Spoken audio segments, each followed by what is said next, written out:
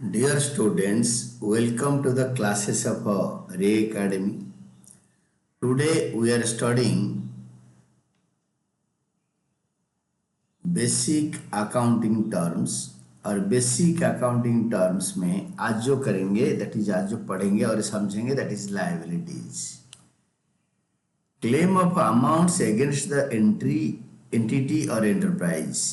हमारा जो एंटिटी है या बिजनेस एंटिटी या बिजनेस एंटरप्राइज है उसके अगेंस्ट में आउटसाइडर्स जो पैसे क्लेम करते हैं that is called liability.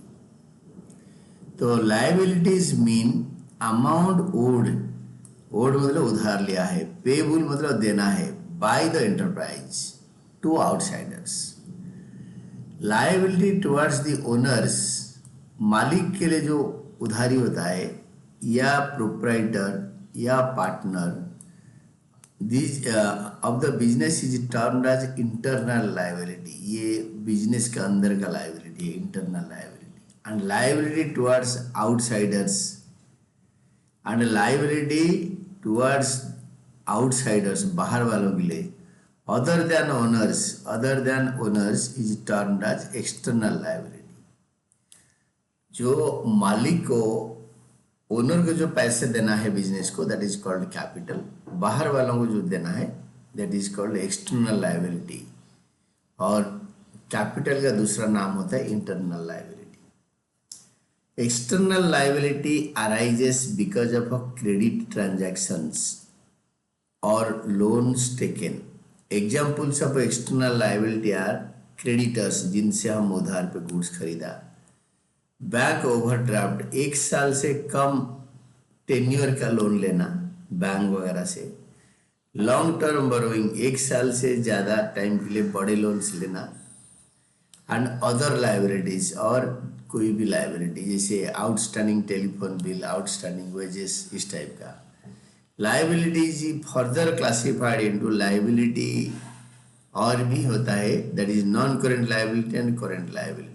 First होता है नॉन करेंट लायबिलिटी, दो टाइप का मेन हेड होता है, non current liability and current liability. हम एक एक करके पढ़ेंगे। तो पहले non current liability, non current मतलब long term liability. Liability payable after 12 months from the date of balance sheet. जिस दिन बैलेंस शीट बन रहा है उससे 12 महीने के बाद पे होगा एक उधारी, उसको बोलते हैं लॉन्ग टर्म लायबिलिटी। यानी 12 महीने क्या होते हैं, 1 ईयर। बैलेंस शीट आज बना 31 मार्च 2025 में, और हम ये जो चीज़ें हैं जो लोन दिख रहा है उधारी, तो उसको 31 मार्च मतलब 12 महीने के बाद 31 मार्च 2026 के बाद पे करेंगे, that is called long term liability. Non current liability also termed as long term liability, उसका दूसरा नाम होता है long term liability. Non current liability और लॉन्ग टर्म लायबिलिटी एक ही नाम है, ये 1 मार्कर क्वेश्चन भी हो सकता है। Is that liability which is payable after a period of more than 12 months from the end of the accounting period. जिस दिन अकाउंटिंग पीरियड एंड हो रहा है उसी के आगे 12 महीने से भी ज़्यादा टाइम पे पे रिपेमेंट होता है। The date of balance sheet होता है, end of the accounting period होता है date of balance sheet. Balance sheet का डेट अकाउंटिंग पीरियड का एंड होता है। For example, a firm has taken loan from bank for purchase of machinery on 1 October 2023. The loan is payable in 5 yearly installments beginning 1 April 2025. It is also non-current or long-term liability since it is payable after 12 months from the date of balance sheet. 2023 में लिया है और 5 annual instalment में पे कर देंगे, और first instalment जो हम पे करेंगे that will be on 1 April 2025। तो ये 1 अक्टूबर के बाद हमारा जो बैलेंस शीट बनेगा 31 मार्च 2024, इस डेट को बैलेंस शीट बनेगा 31 मार्च 2024।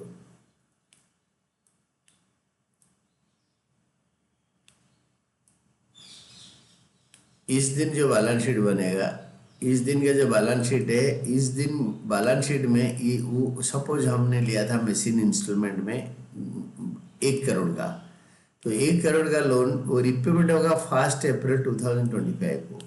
इस दिन से ये डेट था 31 मार्च 2024 से 1 अप्रैल 2025, 1 साल 1 दिन होता है, तो 2 दिन इनफैक्ट होता है। तो ये लॉन्ग टर्म लोन है बैलेंस शीट की डेट से। इसको हम बोलते हैं कि ये लॉन्ग टर्म लोन, क्योंकि इसको 1 साल के ज़्यादा के बाद रिपेमेंट करेंगे। इट इज़ नॉन करेंट और long term liability since it is payable after 12 months from the date of the balance sheet. Balance sheet के डेट से 12 महीने के बाद पे होगा। Then what is current liability? Current liability मतलब short term liability.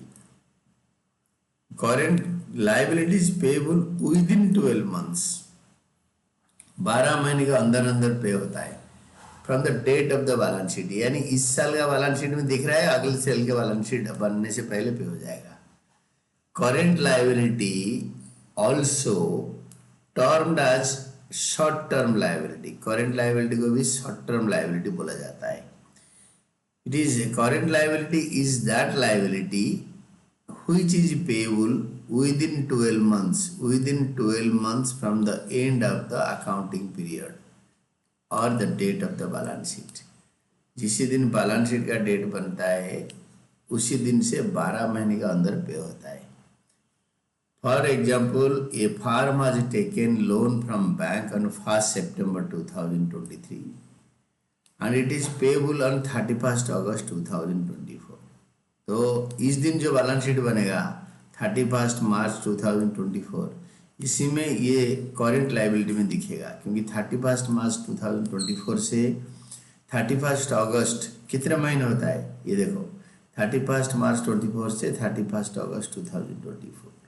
Balance sheet suppose 31 मार्च को बन रहा है, that is and of the accounting year.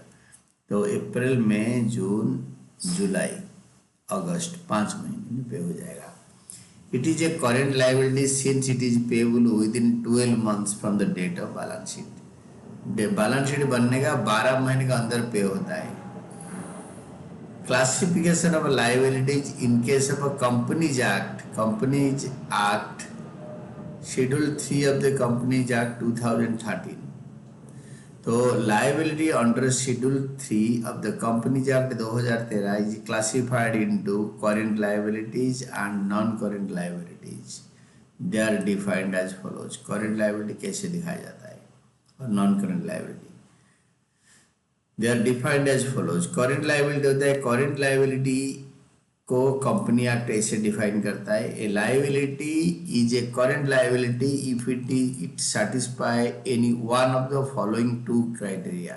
Any one, ये दोनों क्राइटेरिया से, ऑफ द फॉलोइंग क्राइटेरिया, ये चारों क्राइटेरिया से कोई एक सेटिस्फाई करेगा तो ये करेंट लाइबिलिटी।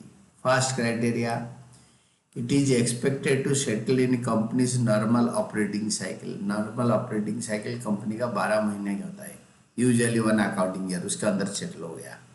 कभी कभी ऑपरेटिंग साइकिल 6 महीने का होता है या 18 महीने का होता है, बट यूजुअली ऑपरेटिंग साइकिल, अगर किसी कंपनी का एक साइकिल काम होता है, स्टार्ट होता है और एंड होता है 18 महीने में, तो वो 18 महीने का अंदर भी पे होगा। That is called operating cycle. Operating cycle can be of 8 months, 9 months, 12 months, 18 months, तो उसके अंदर पे हो रहा होगा, उसको बोलते हैं ऑपरेटिंग साइकिल। दूसरा होता है, it is held primarily for the purpose of being traded. हमने जो चीज़ें खरीदा, जो उधार बनाया, वो गुड्स क्रेडिट में खरीदा है।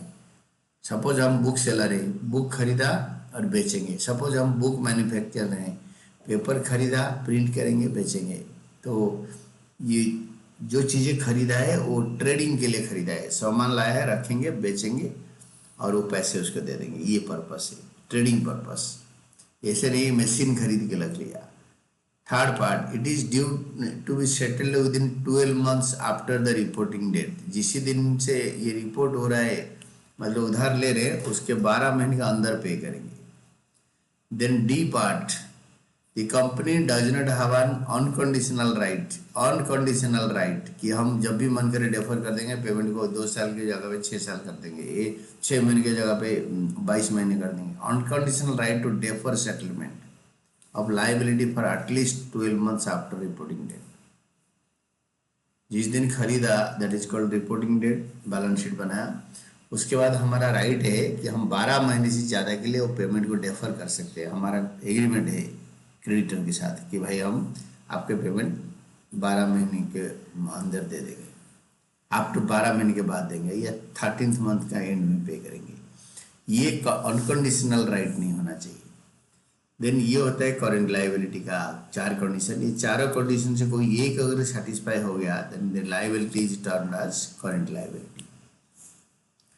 देन ये कंपनीज एक्ट में ये ऐसे बताया हुआ है, same as with other organisations.